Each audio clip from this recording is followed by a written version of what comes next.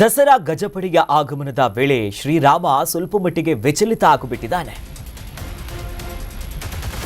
ಒಂದು ಕಡೆ ದಸರಾಕ್ಕೆಲ್ಲ ರೀತಿ ಸಿದ್ಧತೆಯಾಗ್ತಿದೆ. ಈಗ ಈ ದಸರಾ ಗಜಪಡೆ ಆಗಮನ ಆಗುವ ಸಂದರ್ಭದಲ್ಲಿ ಶ್ರೀರಾಮ ಒಂದು ಮಟ್ಟಿಗೆ ಸ್ವಲ್ಪ ಮಟ್ಟಿಗೆ ಆನೆ ಏನಿದೆಯಲ್ಲ ವಿಚಲಿತ ಆಯಿತು. ಅರಮನೆ ಮುಂಭಾಗಕ್ಕೆ ಎಂಟ್ರಿ ಕೊಡ್ತಿದ್ದಂತೆ ಹಿಂದಕ್ಕೆ ಸರಿಯೋದಕ್ಕೆ ಶ್ರೀರಾಮ ಎನ್ನುವ ಹೆಸರಿನ ಆನೆ ಸ್ವಲ್ಪ ಮಟ್ಟಿಗೆ ಒದ್ದಾಡ್ಬಿಟ್ಟಿದೆ. ಶ್ರೀರಾಮ ಎನ್ನುವ ಆನೆಯನ್ನ ನಿಯಂತ್ರಿಸುವುದಕ್ಕೆ ಮಾವುತರು ಹರಸಾಹಸ ಪಟ್ಟರು. ಮತ್ತೆರಡು ಆನೆಗಳಿಂದ ಶ್ರೀರಾಮನನ್ನ ನಿಯಂತ್ರಣಕ್ಕೆ ತರುವಂತ ಕೆಲಸ ಆಯಿತು.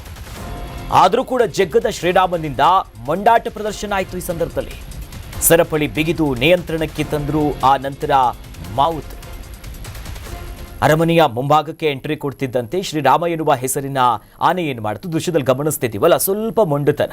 ಹಾಗಾಗಿ ಹಿಂಗಾಗುತ್ತೆ. ಯಾಕಂತಂದ್ರೆ ಈಗಷ್ಟೇ ದಸರಾಗೆ ಎಂಟ್ರಿ ಕೊಟ್ಟಿರೋದು 9 ಆನೆಗಳು ಬಂದಿತ್ತು. ಅರಮನೆಯಲ್ಲೂ ಕೂಡ ಬಂದ ನಂತರ ಟ್ರೈನಿಂಗ್ ಕೊಡಲಾಗುತ್ತೆ ದಸರಾದವರೆಗೂ ಕೂಡ.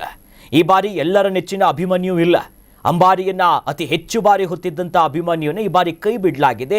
ಅದರದ್ದೇ ಸಹಜವಾಗಿರುವ ಕಾರಣಗಳೆಲ್ಲವೂ ಕೂಡ ವಯಸ್ಸು ಮತ್ತೊಂದೆಲ್ಲ. ಬಟ್ ಶ್ರೀರಾಮ ಎನ್ನುವಂಥ ಆನೆಯನ್ನು ನಿಯಂತ್ರಿಸೋದಕ್ಕೆ ಇವತ್ತು ಬಹಳ ಕಷ್ಟ ಆಯಿತು.